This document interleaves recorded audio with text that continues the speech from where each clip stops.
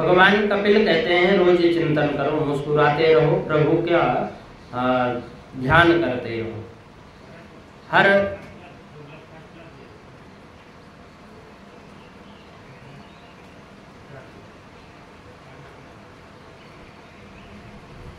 एक बड़ी प्रसिद्ध कथा आती है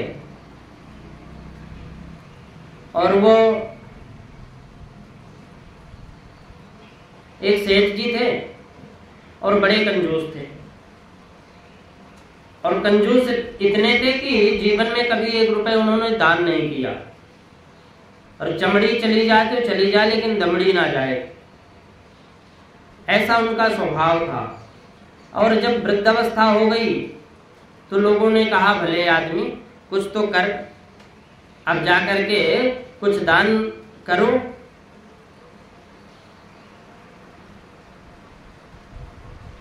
अब तो कुछ दान करो। सेठ जी ने तो सोचा कि लोग कहते हैं, इतना कहने लगे, अब क्या करें, चलो कुछ दान करके ही आते हैं। अब संदूक खोले, पेटी खोले, अलमारी, अपने तिजोरी खोलकर 1 रुपए चांदी का सिक्का निकाला और मन में विचार किया आज चलो दान करके आएंगे।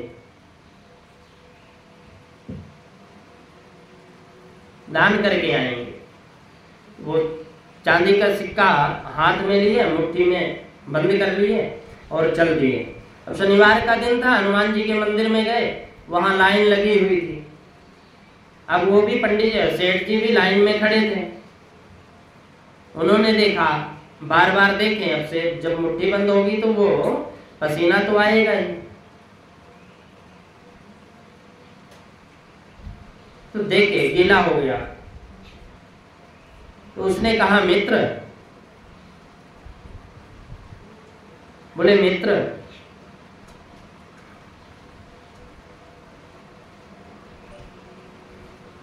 रोते क्यों हो?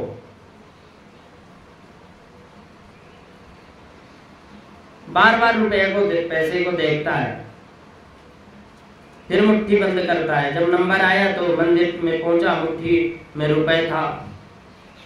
वो बहुत देर से लाइन में खड़ा रहने के कारण मुट्ठी बंद, पसीना से भीग गया। और अब वो रुपया हनुमान जी को चढ़ाने लगा, और जैसे चढ़ाने लगा देखा रुपया गीला है। उसने मित्र बोला, कहा मित्र तुम भी रोते हो, मुझे छोड़कर जाना नहीं चाहते, सो वापस अपनी जेब में रख दिया और मंदिर से बाहर आ गया।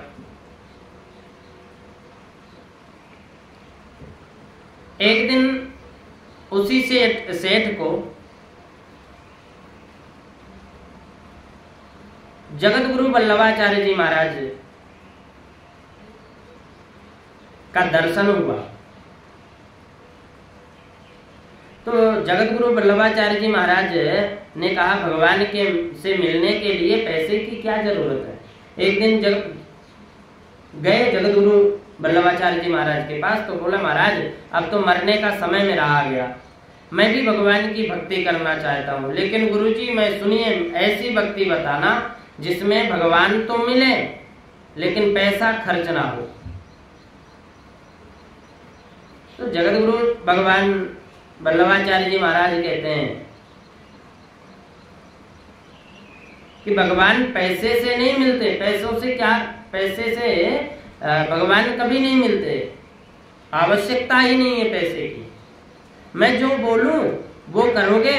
बोले हाँ बिल्कुल करूंगा, स्वीकार है। वल्लभाचार्य जी ने कहा कपिल देव जी का ध्यान योग बता दिया, घर में जाकर सवेरे जल्दी उठ जाना, फिर समाधि लगाना, बैठ जाना, मानसिक सेवा करना, मन ही मन सोचना मैं गंगा जी का स्नान, गंगा जी में स्नान कर रहा हूँ और करके आया और भगवान को स्नान करा रहा हूँ, फिर भगवान को चंदन लगा रहा हूँ, भोग लगा रहा हूँ भगवान को।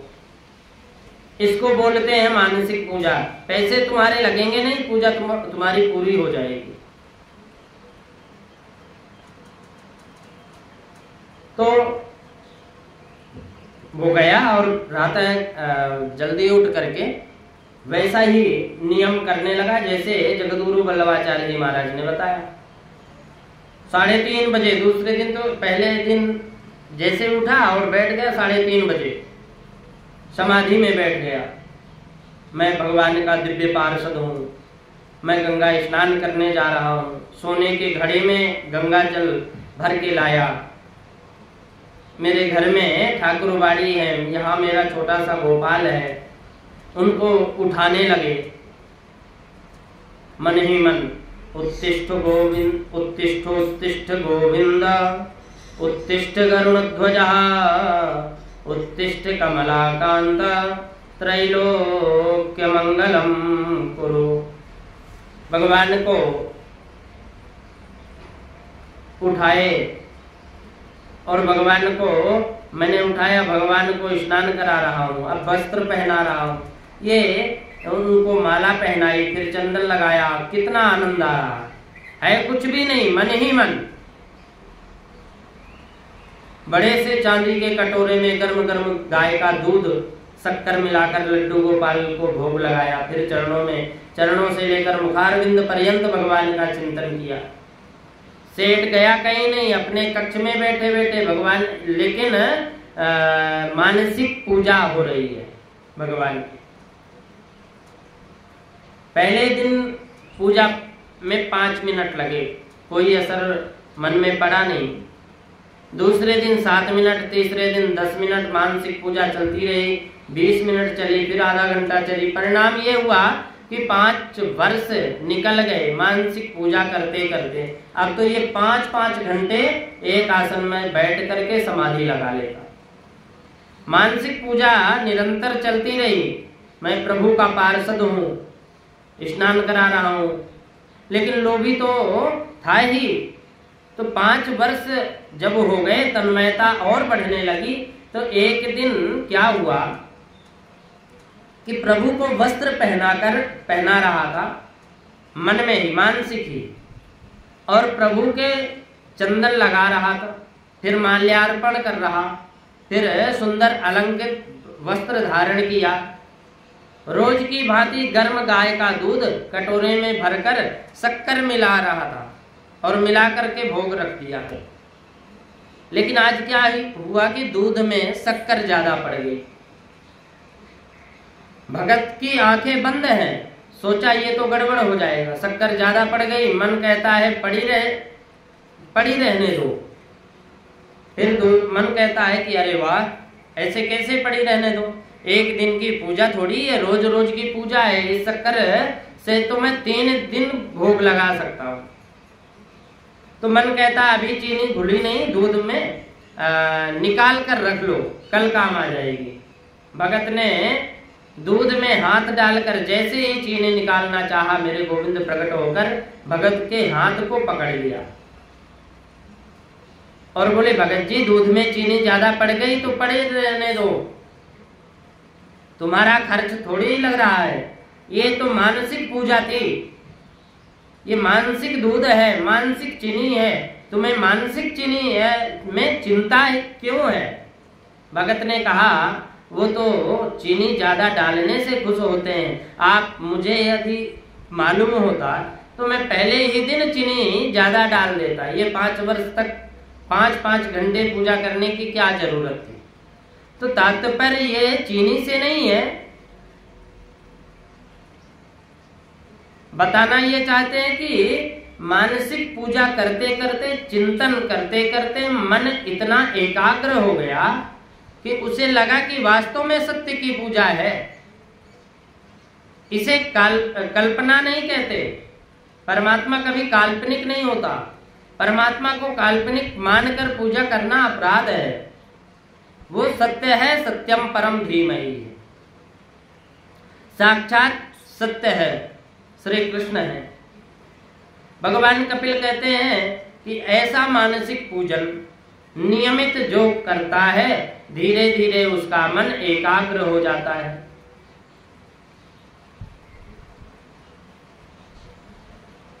जिसमें तुम नजर डालोगे उसमें तुम्हें परमात्मा दिखेगा। और माता, मेरी यह मान्यता है कि मैं ऐसा मानता हूं, उत्तम भक्ति वही है।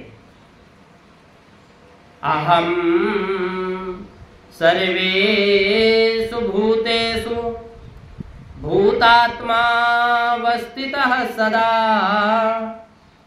तमवाज्ञायमामर्त्यः कुरुतेर्चाविडम्बनम्।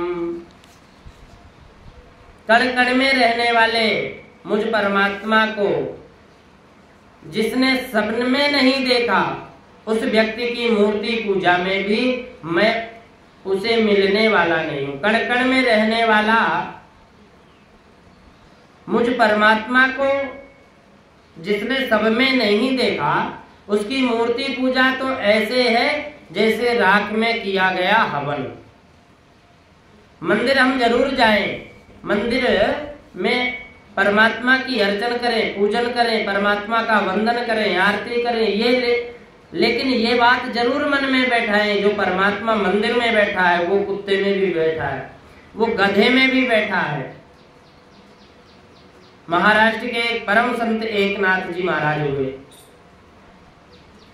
एक बार एकनाथ जी महाराज गंगोत्री करने गए और जैसे कावड़िया शंकर जी को जल चढ़ाते हैं ना, कोई 10 किलोमीटर, कोई 20 किलोमीटर, कोई 30 किलोमीटर, कोई 50 किलोमीटर। अच्छा, वो बैठते भी खूब है, बैठ बैठ कर 10 जगह नाश्ता करते हैं, विश्राम करते हैं। फिर कहते जाने हमने कितनी लंबी यात्रा कर ली। एक नाथ जी ने गंगोत्री में स्नान किए और स्नान करने के बाद मन में संकल्प लिया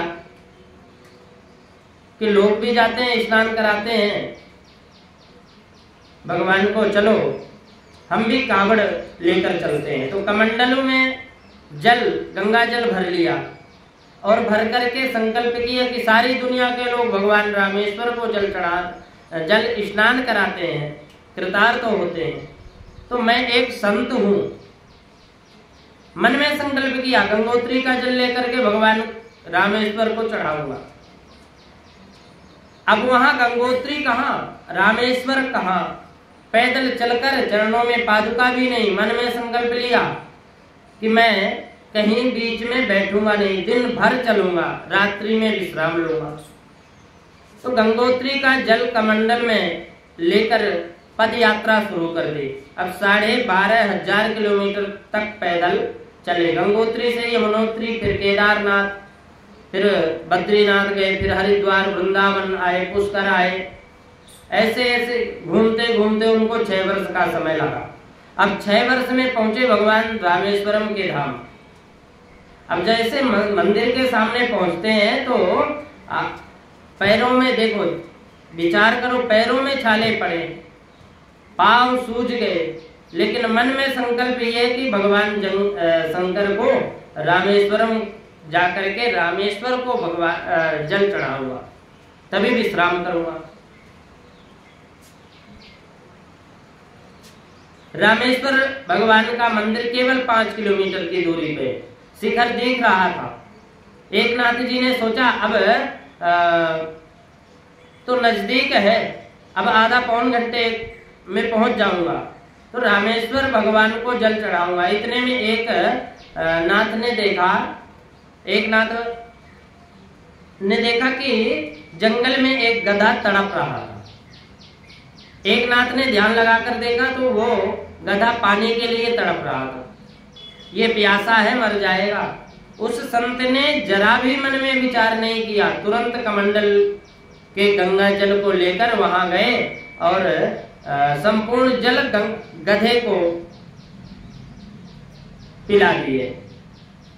और पिलाते हुए कहा कि पिलाते हुए बोले कि हे रामेश्वर भगवान, मेरे जल को तो आप यहीं से स्वीकार कर लेना।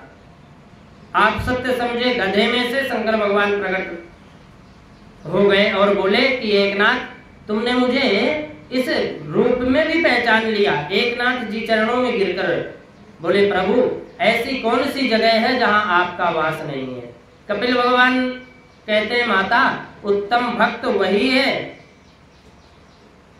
जो सब में भगवान को देखे। सिया राम मैं सब जग जानी, करहूं प्रणाम जोर जुग पानी। ऐसा जो नहीं करते उनको कई लोग अपने शरीर को हिष्ट पुष्ट बनाते हैं, और वो अपने शरीर को हिष्ट पुष्ट बनाने में कई जीवों की हत्या भी कर देते हैं। ये पाप है, उसे नरक की यातना भोगनी पड़ती है। पाप कर्म करने वाले नरक में जाते हैं, ये फिर संसार में गिरते हैं। माता के गर्भ में जब 1 दिन के होते हैं तो वो 5 दिन के होते हैं, और बड़े होते हैं तो 10 दिन के, और बड़े होते हैं 1 महीने का। जीव जब मातृ गर्भ में होता है तो उसके सिर का निर्माण होता है। 1 महीने का जब होता है तब सिर का निर्माण होता है। 3 महीने का होता है संपूर्ण रूप से जीव मातृ गर्भ में बड़ा हो जाता है। यदि स्त्री है तो बाई कुक्षी में, और पुरुष है तो दाहिनी कुक्षी में रहेगा। माता देवहूति ने कहा कि मातृ गर्भ में तो जीव को बड़ा सुख मिलता होगा, न सर्दी, न गर्मी, न शोक, न मोह, न माया, न राग, न द्वेष। कपिल जी बोले कि माँ ये मत पूछो कि माँ के गर्भ में जीव को कितनी तकलीफ होती है। कितनी तकलीफ नहीं होती, उतनी ना पहले कभी थी और ना कभी होगी। गर्भवासम क्षमा दुखम, गर्भवासम समम दुखम, न भूतो न भविष्यति। गर्भवास इतना कष्ट होता है, हजारों छोटे छोटे कीटाणु जब मातृ गर्भ में पलते हैं ना, तो ये जीव को, कोमल शरीर को काटते हैं। जीव तड़पता है, चिल्लाता है, कौन सुने वहां। माँ कई बार जब चटपटी वस्तु का सेवन कर ले तो इसको कष्ट होता है। माँ कभी गर्म वस्तु का सेवन कर ले तो इसको कष्ट होता है। 7वां महीना आते ही जन्म जन्मांतर के कर्मों का कर्म ही याद आ जाते हैं उसको, तो भगवान की स्तुति करता है। और भगवान की स्तुति करके कहता, परमात्मा से कहता है कि हे भगवान, आप एक बार मुझे गर्भ से बाहर निकाल दो और गर्भ से बाहर कर दो प्रभु, ऐसा भजन करूंगा फिर कभी गर्भ में नहीं आना पड़े। भगवान कहते तुम गर्भ में ही स्तुति करो, बाहर आते ही सब भूल जाएगा। जीव कहता है मैं सत्य कहता हूं, एक बार गर्भ से बाहर निकाल दो, एक बार गर्भ से बाहर निकाल कर देखो, मैं तुम्हें नहीं भूलूंगा। बड़ी बड़ी प्रतिज्ञा करता है। 9वां महीना पूर्ण हुआ, 10वां मास प्रारंभ हुआ, और जैसे ही प्रसव की वायु का वेग आया, जीव मातृ गर्भ से तुरंत संसार में आ गया। माता देवहूति ने कहा बड़ा अच्छा हुआ, गर्भ में बड़ी तकलीफ थी, बाहर आ गया, सुख मिलेगा। कपिल भगवान कहते हैं माता सत्य कहता हूं, बाहर भी सुख नहीं है। बताओ सुख किसको है? आप बिल्कुल सत्य समझना। मैंने कई अरबपतियों को देखा, मैं जब एकांत में उनके पास बैठता हूँ, पूछता हूँ कि सही सही बताना तुम सुखी हो क्या, तो वो कहते हैं कि हम बिल्कुल सुखी नहीं है। तो सुखी कोई नहीं है। दीन कहे धनवान सुखी, दीन कहे धनवान सुखी, धनवान कहे सुख राजा को भारी, राजा कहे महाराज सुखी, महाराजा कहे सुख इंद्र को भारी, और इंद्र कहे चतुरानन को सुख, ब्रह्म कहे सुख विष्णु को भारी, और तुलसीदास विचार कहे हरि भजन बिना सब जीव दुखारी। हरि के भजन के बिना सब दुखी हैं। दीन कहे धनवान सुखी, धनवान कहे सुख राजा को भारी। राजा कहे महाराजा सुखे, महाराज कहे सुख इंद्र को भारी। इंद्र का है चतुरानन को सुख, ब्रह्मा का है सुख विष्णु को भारी। और तुलसीदास विचारे का है हरि भजन बिना सब जीव दुखारे। हरि के भजन के बिना सब दुखी हैं। इसलिए संत तुलसीदास जी कहते हैं भैया सभी दुखी हैं। जो गोविंद का नाम और गोविंद का गान करता है, गोविंद का नाम लेता, गोविंद का गान करता है, वही सुखी है। तो केवल जो परमात्मा का नाम ले, अपने अंतरात्मा को जागृत कर ले, वही सुखी है। भगवान कपिल ने कहा माता बाहर भी सुख नहीं है। काहे का सुख बालक जन्म लेता है, पालने में सो रहा है, उसे खटमल काट खा रहे हैं, लेकिन बता नहीं सकता मुझे क्या तकलीफ है। थोड़ा और बड़ा हुआ, बच्चे ने अपने मन की 3 जगह बांट दिया मन को, माँ पिता और भाई, और बड़ा हुआ तो मित्रों में बांट दिया। अब पढ़ने जा रहे हैं साहब, पेट भरने की विद्या सीखने जा रहे हैं। माता पिता बालकन बुलावे, उधर भरे सो ही धर्म सिखावे। तो पढ़ लिख करके डिग्री लेकर के आए, माता पिता ने शादी कर ली। अब तक माता में ममता थी, पिता में अनुराग था। सारी ममता सारी अनुराग की डोरी लेकर के श्रीमती जी के चरणों में बांध दिए। अब तो हाई कमान का जो आदेश होगा वही होगा। युवा अवस्था ऐसे बीत गई, बुढ़ापा आ गया, रोगों ने ग्रस्त लिया। अब जैसे जीव आया था वैसे ही चला गया। पुनरपि जननम पुनरपि मरणम पुनरपि जननी जठरे शयनम। भगवान शंकराचार्य जी कहते हैं कि भज गोविंदम भज गोविंदम, गोविंदम भज मूढ़ मते।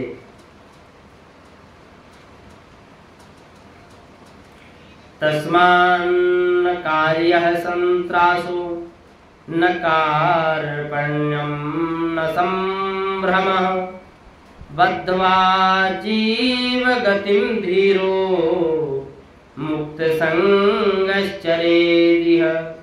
इन संसार में विषम परिस्थितियों में हमें यही शिक्षा लेनी चाहिए, माना कि कर्म भी संसार के करें। परमात्मा के प्रति प्रेम करने के 3 साधन है, भक्ति का 3 धारा। भक्ति आरंभ होती है विश्वास से, परमात्मा के प्रति विश्वास करो, बिना विश्वास भक्ति नहीं होती।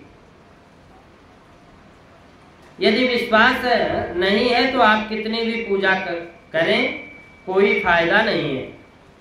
पूजा का मतलब है मन में विश्वास हो, विश्वासो फलदायक है। दूसरी भक्ति है, भक्ति की दूसरी धारा है संबंध। परमात्मा से संबंध जोड़ो, बिना संबंध जोड़े भक्ति नहीं होती। तीसरी धारा है समर्पण, प्रभु के प्रति समर्पण हो जाओ। माता ने कहा यह बिल्कुल सत्य है, लेकिन परमात्मा के प्रति समर्पण, विश्वास, संबंध, ये तीनों एक ही है, बातें आएंगी कैसे? कपिल भगवान बोले केशव कीर्तन में केवल भगवान के कीर्तन का, परमात्मा के नाम का गान करो। जब प्रभु के नाम को गाओगे माता, तो नाम को गाते गाते मन पवित्र हो जाएगा। और जब मन पवित्र हो जाएगा, मन में चिंतन की भावना बढ़ेगी, चिंतन से फिर परमात्मा की प्राप्ति हो जाएगी। माता ने कहा कुछ लोग ऐसे कहते हैं कि बिना भाव के कीर्तन करने से फायदा क्या? कपिल भगवान बोले बिल्कुल ऐसा नहीं है, कीर्तन तो बिना भाव के भी करो। आप सोचोगे कि भाव आएगा तो कीर्तन करेंगे, ना भाव आया तो न कीर्तन हुआ। तो इसलिए भाव हो तो ठीक है और नहीं है तो भी ठीक है। भाव कुभाव अनख अल आलसहु नाम जपत मंगल दिस दशहु। भाव कुभाव अनख आलस हो, जैसा भाव हो तो ठीक है। किसान जब बीज बोता है ना तो ये कभी नहीं देखता कि बीज टेढ़ा जा रहा है कि सीधा जा रहा है, उल्टा जा रहा है। उसको बीज बोने से मतलब है। एक बार खेत में बीज बो दिया, वो उसे बिना फिर वो बीज बिना उगे तो रहता ही नहीं। इसलिए नाम कैसे भी गाओ। मूर्ख कहता है विष्णवे नमः, विष्णाय नमः, विष्णाय नमः, और विद्वान कहता है विष्णवे नमः, विष्णवे नमः। परमात्मा का कीर्तन गाओ। हम कीर्तन को इतना जोर से गाएंगे, जितना भी जोर से गाएंगे, जितना कीर्तन की स्वर लहरी को गाएंगे उतना ही कीर्तन बढ़ता है। संसार की हर चीज ऐसी है, खर्च करने से कम होती है, लेकिन कीर्तन की स्वर लहरी को गाएंगे तो उतना ही बढ़ता चला जाएगा। गोविंद के नाम में यह सामर्थ्य है। माता विश्वास, संबंध और समर्पण तीनों नाम से मिलते हैं। माता देवहूति प्रभु कपिल के मुख से सुन सुन करके गदगद हो रही है और प्रमुदित हो गई, हर्षित हो गई और प्रेम की धारा बहने लगी। प्रेम की 9 परिस्थिति होती है। प्रेम की 9 परिस्थिति होती है। भक्ति की 10वीं परिस्थिति में जब व्यक्ति पहुंच जाता है तो उसका संपूर्ण शरीर पानी बहकर बहने लग जाता है। माता देवहूति के साथ भी ऐसा ही हुआ। उनका संपूर्ण शरीर पानी बनकर बहने लगा। सिद्धदा नाम की नदी बन गई वो। और महाराज श्री कपिल ने उनको प्रणाम किया, जल में आचमन करके सीधे गंगा सागर क्षेत्र में आ गए। गंगा सागर क्षेत्र परम पावन है, पवित्र है। हम लोग मकर संक्रांति पर जाते हैं, वो कपिल भगवान का ही आश्रम है। वहाँ कपिल भगवान के दर्शन करते हैं वहां पे। आगे फिर माता देवहूति का वंश नहीं चला। देवहूति माता 3 बहनें थी, आकुति, देवहूति और प्रसूति। प्रसूति नाम की जो बहन है वो दक्ष नाम के प्रजापति को ब्याही गई थी।